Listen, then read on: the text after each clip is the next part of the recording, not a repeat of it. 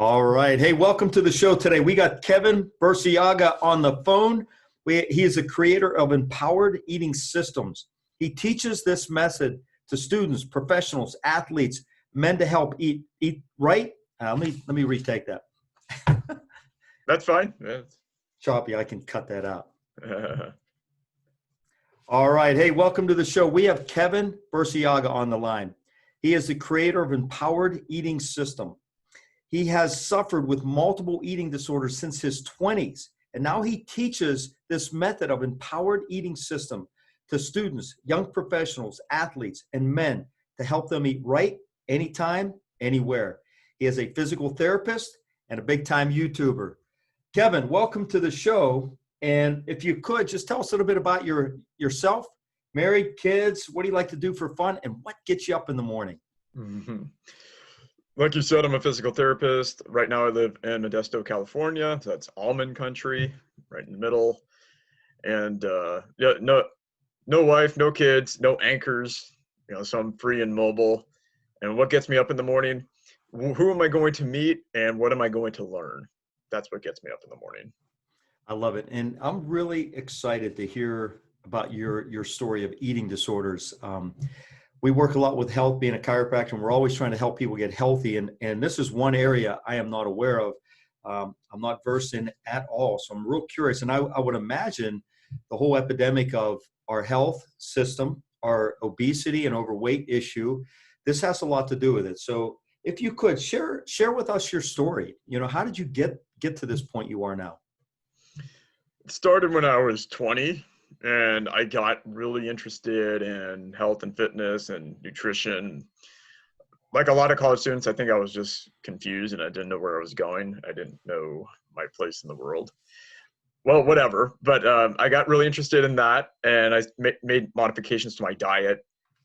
And not too long after that, just a few months, I had lost 10 or 15 pounds and I wasn't big to begin with. So now it was really skinny. I had very little muscle mass, no testosterone. My health was going down, wasn't getting better. And so this continued, this what I call orthorexia, this really regimented type of eating. This continued for a couple of years. And then eventually I started to chew my food, but I would spit it out because I didn't want to swallow it. So now I had a different problem. And then that progressed to binging, purging, and then binging, fasting, and then just binging without that. I mean, it was just one thing after another for 10 years, and it all started with that one decision when I was 20 years old. So that's a synopsis of 10 years. What do you think triggered that to start doing that? Just you wanted to just get healthy, but it just took over. I mean, how did it go from that one step leading to such a devastating thing? Good question. It started with good intentions. It's just the execution was off. And so the original goal was to get healthy. And then somewhere along the line, the goal was to be super lean. And I think it was a combination of several things. It was isolation. Unlike most college students, I didn't have a huge social network. I didn't belong to any fraternities and didn't live on campus. So that was one issue. And then it was confusion. I didn't know where I was going. I didn't have any goals. I don't know what I wanted when I was 20 or 21. I didn't write down any goals. I just wanted to get out of school. That's all I knew. And I didn't feel like I was good at anything. And I felt like this was one thing that I could do better than anything else. And so I saw people around me and they were not in great shape and they didn't have great health. And I said, you know what, I can be healthier and fitter than any of them. And that's the one thing I can do better than everybody else. So I think it was just a combination of isolation and insecurity and confusion and immaturity. That's at that age too. Do you see this prevalent in our society? And what age does this happen? This is new to me. Yeah. So I don't have exact numbers, but my suspicion is that a lot of these behaviors develop around that time for all of the reasons that I just said. So late teens, early 20s, but those behaviors can persist for many years. So these kind of behaviors start fast and then it takes a long time to get rid of them. Now, I try to teach my students, clients, whatever you want to call them, how to do it faster. But to answer your question, it's that age when you're really impressionable and you don't know where you're going and you don't know your identity. So like early 20s, college years, when a lot of these behaviors start. I would imagine too, just with social media and the amount of posting and text. I mean, I see it all, and I see people glorify themselves, but they don't show the bad side. You know, they show the money they have, the cars they drive, or the cars they rent, and they want to look good, the body they want to have. They show these shots, and it's unrealistic. And I think that's a very impressionable age. You know, going through the teenage years, we want to find our purpose. We want to find love. We want to find what our career is. And I remember at that age, I was in college. I was studying physical education. But man, I was clueless on life. I just didn't. I just kept my head down and went forward. But it was all, life was way out in front of me. I just didn't know what to expect. I would imagine it's getting more serious with social media. Do you see this as being a part, or what would be an identifier for these people out there listening to say, look, I may be heading down this path, or I may be catching this early, or I may be into it. How do they know that this is going to affect them? So I'll start with the first part there, the social media.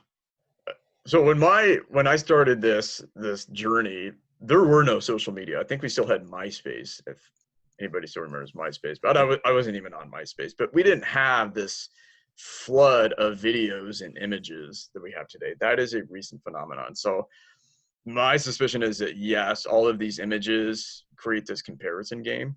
Mm-hmm. So people are chasing something that maybe they can't have, or maybe even shouldn't have, something that's outside of their potential. It doesn't mean they can't get healthier, but it does create this unhealthy fixation, this unhealthy comparison.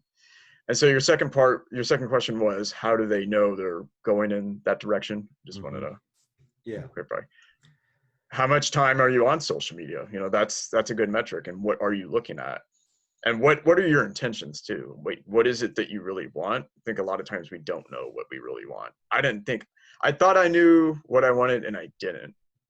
So I thought I wanted to be healthy, and then I realized, oh no, I just want to be like super lean, and so I can do these triathlons and run. And so be honest with yourself.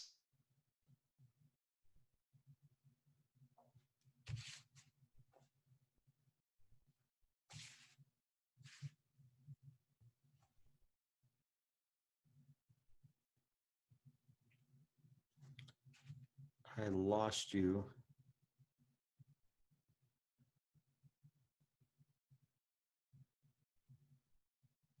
Can you hear me?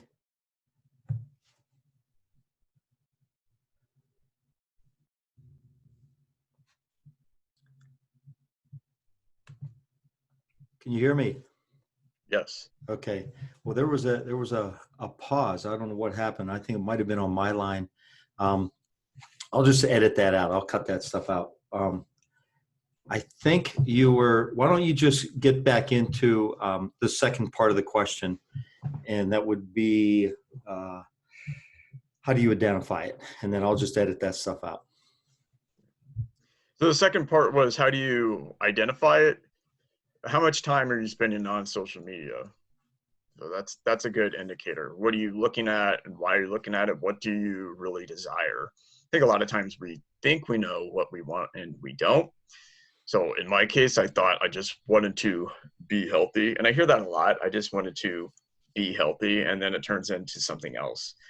And then I started chasing a really lean body. I started chasing a number on the scale. And so I lost focus. You know, I forgot what it was that I really wanted. So if I had just focused on eating right and being healthy, I would have never developed any of these eating disorders.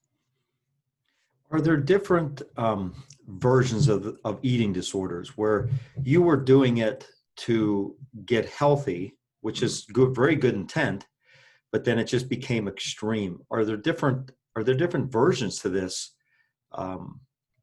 Because that sounds like that could take people over, and they would say, look, I'm doing this to be healthy. I don't care what you think. I'm healthy, I'm lean. If I have to only eat half a meal and live off 800 calories a day, I'm going to stay healthy that way. Wrong. I mean, they're not going to be healthy that way. But are there difference? I mean, I don't know if you want to dive into this, but eating disorders in general, what does that what does that look like? You have formal eating disorders. So the big three: anorexia, nervosa, bulimia nervosa, and binge eating disorder. Those are the only three that are technically classified as an eating disorder. But then you have orthorexia, which is not found in the DSM, the main psychological manual. But that is definitely a problem because it's really regimented and it's a form of disordered eating, which often leads to a formal eating disorder. So in my case, I started off as orthorexia. I was super focused on what I ate and nutrition and whatever. And then that eventually turned into chewing and spitting, which also is not a formally classified eating disorder. But then that led to bulimia, which is an eating disorder. From my perspective, it didn't really matter. It was unhealthy behavior, it was maladaptive behavior, and I wanted to stop. So you have eating disorders and then disordered eating is kind of the short answer there. I've seen, it's called orthorexia. Is that correct? Right. I've seen that a lot in health areas where people live so extreme, they won't ever touch an ounce of sugar or a certain type of food. And when I see that, they are in prison, and they may look healthy, but I think mentally and emotionally, they're in prison suffering because they're so regimented. And I just, that's a shame. So let's go here. How long did this last before you started to say, I've got to pull my way out of this? And how was that journey of in this knee deep and working your way through? I think the first time something occurred to me was when I first started to chew and spit out my food. But even then, it wasn't enough to create change, because what I did was I just tried harder and I said, oh, I won't do it again. And I started playing all these mind games. And so had I taken care of the issue then, so I was like 23 at the time, I wouldn't have spent the next 7-8 years trying to figure it out. Instead, I kept delaying that process because I thought I needed to do this. And I kept choosing another day to make the change. It was a really unhealthy form of procrastination because I wanted to change, but I didn't. It was just this constant civil war in my head that went on far too long. Well, and I that's one of the questions I want to dive in a little bit later is getting into this. So you dealt with this for 7 to 8 years.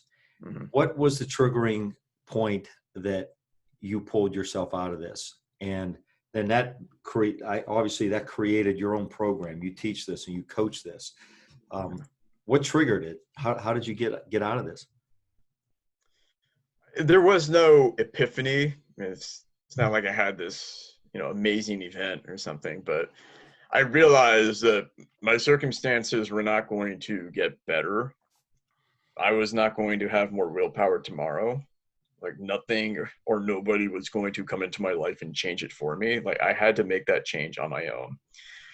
So I realized I had all the resources that I needed. I had all of the willpower that I needed. And I realized that I had the ideal circumstances to make the change. There were no more excuses anymore. Not that there ever was an excuse, but it was like, it's now or never. So start making those changes. And I got rid of this idea that recovery would happen in one day, that one day I would just change everything. And then from then on, I would never do it again. I realized that recovery was going to take a little longer than that. It was going to be kind of a bumpy ride. And it was. But when I stopped telling myself that I had to change everything in one day, that it decreased the resistance in my head. Because now I didn't have to change everything at once. I'm glad you said that about an epiphany, because so many people, they're sitting there dealing health. And I'm always trying to encourage them. And if I can get their mind to change when they snap and say, that's it. It's like you just said, it's now or never. But you realize it's going to be a journey and it's going to be bumpy. Being healthy and being fit and being strong is effort. It's just as much effort to be sick, but you have to choose that path. And I'm glad you said that, because so many listeners are probably saying, oh, I just wish I had a word from God. The sky opens up and it tells me, and my heart changes, my mind changes. And tomorrow I don't eat sugar ever again. And I say, that's not going to happen. That's not reality. Maybe it is for 1 out of 100, but not for the 99%. And I'm glad you shared that, because I think a lot of people can relate. And if you're listening and you're in this, any type of eating disorder, whatever that is, you can say, just start today, start your journey. So what did that journey look like as you started to take these steps forward, and how long did it take and obviously this is never and I don't know if you agree with this is never you arrive. It's not like you get there and everything's done. You get better and you learn better, but the next day is still a challenge. You just start to develop better habits. So what did you do to actually start moving through this process? I started making smaller changes instead of changing everything in one day. And so a small change could be like what I call confinement, where you engage in behavior less frequently, and then you limit the foods that you binge on or purge. And so you just kind of you limit the behavior. So maybe that could be, hey, Sunday I'm not going to do it. Just on Sunday I'm not going to do it, for example, or I'm not going to look at my phone the first hour of the day, so that way I'm less compulsive. It's small things like that really make the difference, but you have to repeat them over and over. And so the second part there was, how long was this process? Months, I guess. The thing is, it's not like recovery starts one day and ends one day. You don't really know. It's not like you say, okay, today's the beginning of my recovery. And it's not like you wake up one day and say, okay, I'm fully recovered now. So when people ask me that, it's like, when did it start? When did it end? I don't know. I have a general idea, but there was no like date. On this date, I started. It's never that clean. It's never that clear cut as most things in life. Well, I'm glad you share that, because, and I love the small habits. That's great advice. Is you take 1 hour and say, okay, I'm not going to look at my phone until 9 a.m., 10 o'clock, or lunchtime, or one day. That's great advice, because that one day, those things began to empower you. And you saw, okay, I can get one day in, maybe I can get a second day. I can get one habit in. Yeah. And as you said this, it took months. It takes about not 60 to 90 days to really develop a habit where your physiology changes, where your body's actually doing it easier without thinking, your subconscious. So it takes a little time, but was it a struggle every day when you were getting up trying to develop those habits and continue to build on the habits? How much of a struggle was that? It's not like every day I had to try really hard, but those behaviors aren't automatic at first. So it's called conscious incompetence. So that you're not competent, right? But the goal is to reach a state where you are unconsciously competent, where you just automatically make the right decisions. So at first I had to be really diligent, had to think about it. It's like learning any new skill. Right. So when you've had disordered eating habits for 10 years, it's like you have to learn to eat properly again. And so you have to be really intentional, and then you have to deal with cravings and these other thoughts. And so that's why it's not something that happens overnight. But like I said, eventually you just reach a state where it is just automatic. It's like starting a car, putting on your seatbelt. But when you first learned to drive, that wasn't automatic. You had to think about it. I heard a speaker years ago explain just what you're saying, and he said it in 4 steps. Where the first step was you don't even know you have a problem, and then you know you have a problem, you do it. Let's say you eat the wrong foods, then you realize, crap, I just ate the wrong food. Then the third step is right when you're about to eat it, you realize this is the bad habit I'm trying to break. And the fourth step is what you just said, is you're actually doing it. It's actually becoming a process. And that is a journey. That's not an overnight thing. Um, I work out a lot, and patients always say to me, "Oh, you love working out." I'm like, I really don't love working out. It hurts. It takes up my time. It's cumbersome. It's painful, but I feel good afterwards, and I have a good life because of it. So I just keep doing it. But it took me, I developed this habit years ago, and it just became ingrained. Let's dive in to your empowered eating system. This is something you developed. You got some really neat points here. Why don't you just tell us an overview of your system, your program, and then we'll dive into some main points here if we can. Sure. So my system it's 3 months, which is about 90 days, because that's usually how long it takes to create these new habits. Sometimes it can be faster, but I like to give people time. And I always start with the habits that you have and the habits that you want to create and the habits that you want to eliminate. Like, where are you now, and then where do you want to go? Let's establish that. It's like, what's your vision and what are your beliefs? That's another thing too. It's like, what do you currently believe that's not serving you? So we start with beliefs, because beliefs drive habits, and then habits drive the decisions that we make, which lead to the results that we want. But it all starts with beliefs. And so if your belief is this isn't that bad, which is a belief that I had for many years, then it's going to be really hard to start this recovery process, because you're just going to keep delaying it, procrastinating. Now it's not the best time. Now it's not the best time. So if you have beliefs like that, it's really disabling. So that's where I start. And then from there, we go into, cravings and urges. And then we go into recovery. And then we go into how to create a diet that works for you. And then we go into weight loss. I should say, as a disclaimer, I'm not a registered dietitian. So my advice is general. I cannot prescribe like specific diets to people, but I'm just giving people general guidelines to help them make smart decisions. And then after that, so if it's 6 modules, 13 weeks, at that point, they should be pretty consistent. If not, they can work with me longer. And I think one of the things too, when you go through this yourself and you learn it, you study it, and you live it, then you can be great advice to people. We don't, some of the study that we learn in books is one thing, but when you experience it, when you taste it, and it's blood, sweat, and tears going through this, people can relate to that. It's hard to relate to a book. Can we dive into a couple points here? This is on your module 1. And you don't have to share all your secrets here, so they join your program, but you have on one of your steps how to create a compelling vision. So compelling you keep going even in hard times. I wish we could download that in people's brains. And I struggle with that all the time, trying to get people motivated to work out, to eat right, to just change habits. So I'm always upbeat. I'm always inspirational, trying to lead them and guide them. But can you share a little bit of your expertise there? How do we create a compelling vision to keep getting through the tough times?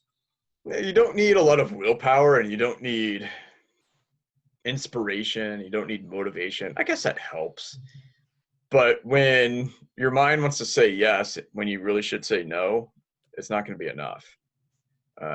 You can try harder, but I did that for many years and that didn't work. So what you need is something better to replace the habit. And I think a lot of times people get enmeshed in these kind of habits because it's providing instant relief from something, short-term gratification. And to them, that's better than the long-term consequences.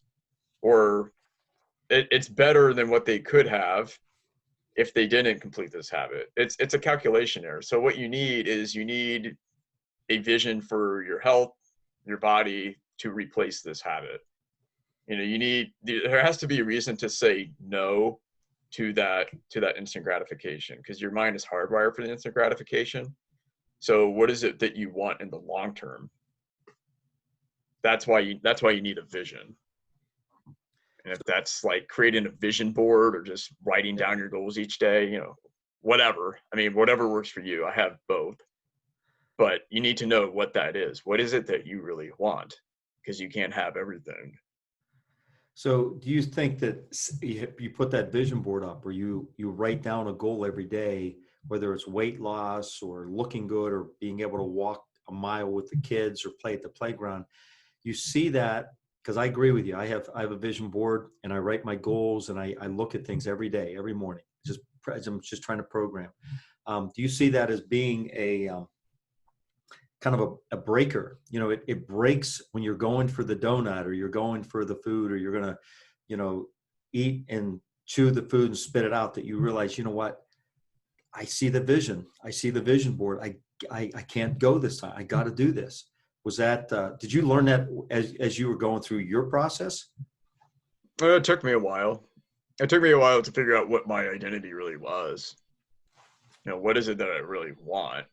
And is this behavior consistent with who I want to be? Is this my identity? You know, do I really want to be like this the rest of my life? Or do I want to be, you know, lean, fit, fast, you know, good looking? What that had to be more important than the habit itself. It had to be more important than that instant gratification. Something had to replace that. And I wish I had just asked that question. Is this consistent? Is this what I really want? Instead, I just kept telling myself, well, I can wait till tomorrow. I can wait till tomorrow. I can wait till tomorrow. Yes, I want it, but not bad enough that I'm willing to say no today. So it was just like I said, a miscalculation that I kept making over and over and over. So, you know, what you just said there, you know, with seeing that and replacing it, what you really want, I hope people are listening. That's a bomb. If we can get that, and we can keep telling ourselves that and seeing that, that will start to break habits, and you'll start to create a better habit on top of that. And you said willpower, and I know you've said this in some of your stuff that I've read. Willpower isn't the thing. Why? You know, people are saying, you hear it all the time. And I think it's such an excuse. Oh, I just wish I had willpower like you, Doc. And I'm like, I don't know if I have willpower.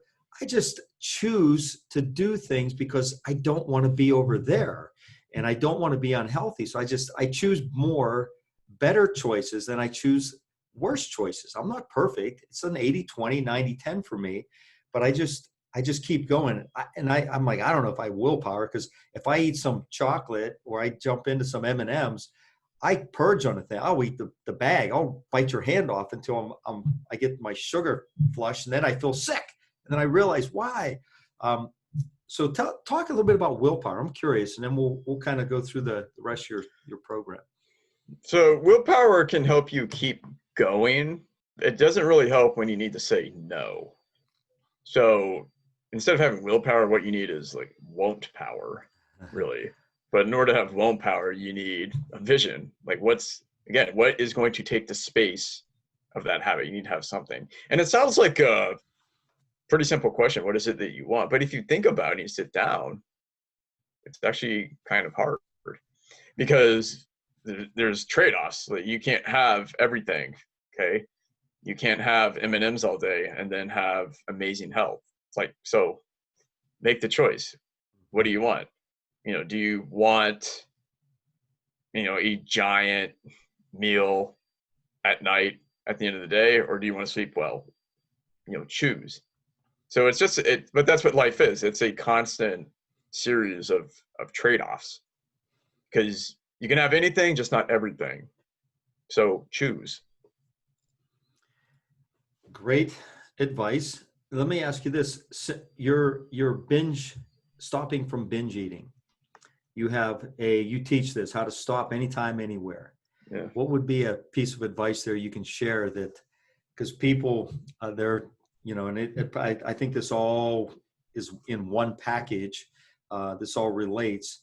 And before you answer that, the binge eating, go back to, you know, you said it's kind of hard to answer that, what you really want. If you're listening to this, when you get home, if you're in your car or you have some quiet time, best time is quiet time. I do it my morning time because nobody's up. I get up early around 5. So nobody's up. So I can write things out. Take time to write out, what do I really want? And just start writing. And you'll find it's not that easy. It is harder. But as you start to clarify that, you start to see, I really do want this. And then if you can clarify, I really want to be this, fit, be able to exercise, be able to play with the kids, be able to walk up the flight of stairs without huffing and puffing, feeling you're going to have a heart attack. Maybe you need to lose 50 pounds. If you really want that, then you say, okay, what action steps? And that's what Kevin is saying, is that he has a program that starts to work not only with habits, but with your mind. But if you can clarify that, now you have a piece of the puzzle that's very powerful. So let's go with the question with the binge. How do you stop binge eating anytime, anywhere? Like I said, it starts with those mini habits, right? Start with that. It doesn't even have to be food related. It can just be being a little less impulsive each day, putting your phone on airplane mode, not checking your phone as soon as you get a message. It can be adding one more serving of fruits and vegetables to your diet each day. It could be drinking more water. And then also figuring out, what is it that you want? Where do you want to go? And then where you are now, and just start making incremental steps to get there. And it's not going to happen in one day. You're not going to be this horrible binge eater today, and then tomorrow you're going to be super healthy. I mean, I suppose that's happened. But that's like playing the lottery. I don't think you should play that. Can you just be there? Do you recall the basketball coach, Pat Riley, when he was coaching the Lakers? And I think one season he just wanted his players to be 1% better, and they ended up winning the championship. So it was just that 1% rule. If you just get a little better here, a little better here, a little better here, you can see massive changes over time. But quit waiting to make those changes. Start now. Just make one little change today. That's not that hard, and your brain won't give you a lot of resistance when you do that. I love it. And I remember hearing that Pat Riley story about the 1%. And that is so powerful. What you just said there, that's a bomb. If we can change 1%, replace a fruit for a candy bar, replace a vegetable or a salad in place of, the cake at the meal, something, that 1%, but that 1% over what you're saying, and I hope you're hearing this, Kevin didn't do this overnight. This is not a lottery game. This is a journey, but the 1% every day adds up to tremendous change. So as we come wrapping this up, I think they're really getting a piece of your information here, and we're going to have everything tagged on our podcast so they can find out about your program, your empowered eating program, that eating system, that they can, reach out to you. But let's kind of end with, how are you keeping this all together? So you go through this for 7-8 years, you struggle, you go through the trials and error, and you create a system that can really probably minimize their mistakes. This is what we all go through. We learn the hard way, and then we come up with a system that can take, a 2-3 year period and narrow it down to 90 days. Who wouldn't want that? So how is it that you are able to do this and continue doing this? Does your program and your coaching keep you accountable as well?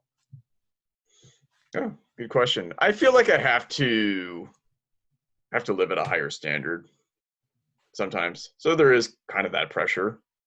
It's like, because people are looking up to me, right? So I have to live the message.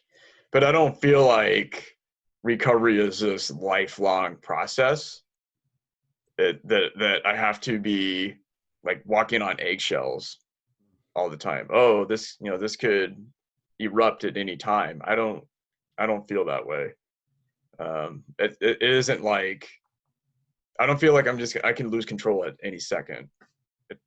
Once you create these habits, they become automatic. And I know what it is that I want, and I don't want to go back to that. So I don't do it because now I realize how bad it is. Once you've been out of it for a while, it looks different. When you're enmeshed in the habit, you lose perspective and you think, well, it's not that bad. It's not that bad. But then once you take off and you're in orbit and then you can see the whole picture, it's like, wow, it really is that bad. Yeah, and you won't see that picture until you're out of it for a while. And once you start to clarify it and see it, then yeah, it's like, then that is maybe the epiphany. It's, oh my gosh, wow, I was really into this, which I'm sure empowered you to say, you know what, I need to help others. I need to create this system. And you said, you know, you just don't feel like you're going to erupt and it's just going to, you're going to boom right back into it, is because the 1% rule. If we do this 1%, like you said, you created habits over and over, and you just started laying the groundwork. And then those 1% became 10%, 15%, 20%. Then all of a sudden you have a solid foundation. And I've always told people that if you can build your foundation and your foundation strong with good, solid habits, not these crazy lifestyle habits, not these wild diets, and I'm going to exercise for an hour. People say, well, I'm just going to exercise for 2 hours a day. I'm like, you need about 8 minutes if you just want to be healthy. You can't sustain 2 hours. This is insane. So we see a lot of diets and a lot of programs out there just unsustainable.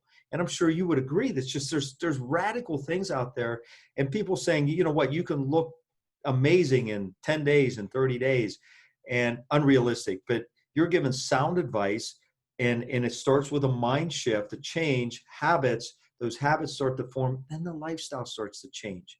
And what Kevin was saying too is once he got there, he has a solid foundation that it's just not going to slip and go way back unless he decides he's going to start creating bad habits again, and he's going to work his way back out. But he sees the big picture, and you probably feel so good right now that you never want to go back that way. So, you know, how, as we kind of end here, what would you like to just say to the listeners, maybe about your program, what you coach, what you do, to inspire them? Make one small change today. It doesn't even have to be your diet. Just do something, you know. I say impatient patient. So be impatient starting the process, but then be patient with the process. In other words, don't wait to complete everything. It's like if you have a term paper and it's 10 pages, why don't you just start by writing a paragraph today? You know, get some momentum. Don't wait until the day before it's due and write 10 pages. So that's what I mean, impatient patient.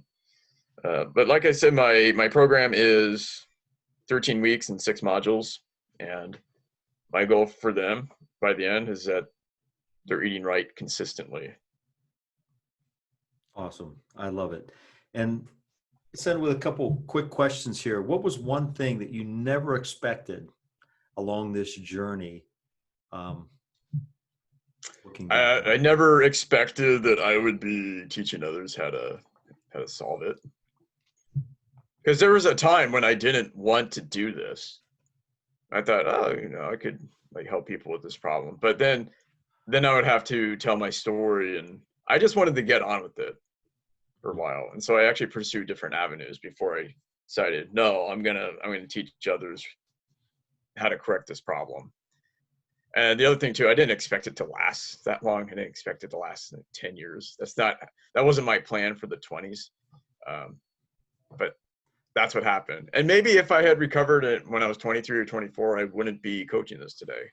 So I don't know. Maybe there's a reason for it. Yeah, I think there's always a reason. Sometimes we'll never know, but it happens. You know, we can't look back in the past. We can't change it, but you're doing something about your future and empowering others, because we're in a state of health. You know, when I look at the state of just Pittsburgh, where I'm from, you know, our podcast is making Pittsburgh healthy. Obviously, we want to make, you know, the world healthy, whoever's listening, but we are in a bad state of health. You know, with heart disease and cancer, especially in Pittsburgh, we have higher rates of heart disease and cancer than most cities. Obesity is probably right up there with everyone else, and we're just in a bad state. And I give a shout out to you, because anyone that's doing this, like, we're on the same team trying to work to empower health. when we empower health, we're going to better this world. And I love it. So any crazy fun plans in the future? You'd like to do anything wild? Crazy fun plans. Well, I have plenty of travel plans. Obviously, I've had to postpone those Yeah. for a little bit, but I don't know. I mean, I could coach people anywhere, so we'll just see where life goes for now. Cool. Ride the wave, man. All Ride the right. wave. Any last statement before we send off? Start today. Love it. Start today. Well, Kevin, I appreciate you being on the show. I'm sure this is going to make a difference. All your links are going to be on. So, folks, if you want to find out more about Kevin's program, just go to the show notes, click his information, check it out. He's a great guy. He's doing great things out there in Modesto, California, and another part of the world being over here in Pittsburgh. But thanks for being on the show and doing all you're doing for health. Thank you.